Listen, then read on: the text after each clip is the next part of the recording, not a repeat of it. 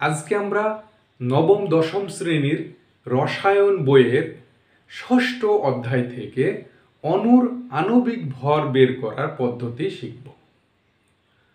কোনো অণুতে বিদ্যমান সকল পরমাণু সমূহের পারমাণবিক ভর যোগ করলে ওই অণুর আণবিক ভর পাওয়া যায়।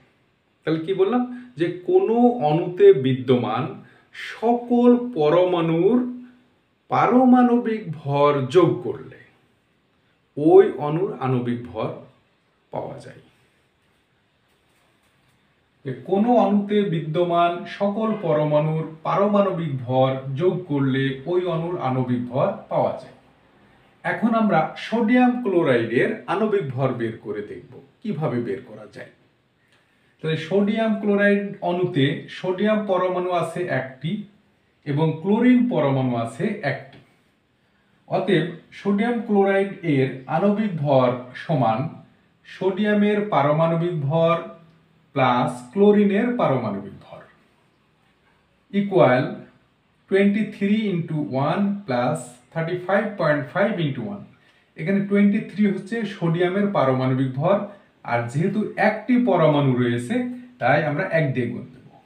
35.5 হচ্ছে ক্লোরিনের পারমাণবিক ভর, আর যেহেতু একটি ক্লোরিন পরমাণু রয়েছে এই জন্য আমরা এই 1 বা 1 দিয়ে গুণ দেব। এবার 23 কে 1 দিয়ে গুণ দিলে 23 হয়, 35.5 কে 1 দিয়ে গুণ দিলে 35.5 হয়। 23 প্লাস 35.5 আমরা যদি অ্যাড করি বা যোগ করি তাহলে 58.5 হয়। তাহলে 1 মোল sodium chloride equal 58.5 gram sodium chloride. এইটাই হচ্ছে সোডিয়াম ক্লোরাইডের আণবিক ভর। আশা করি তোমরা বুঝতে পেরেছো।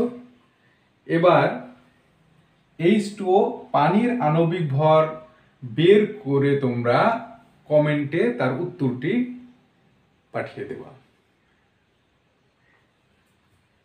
আশা করি তোমরা আণবিক ভর খুব সহজে বের করতে পারবা। ধন্যবাদ।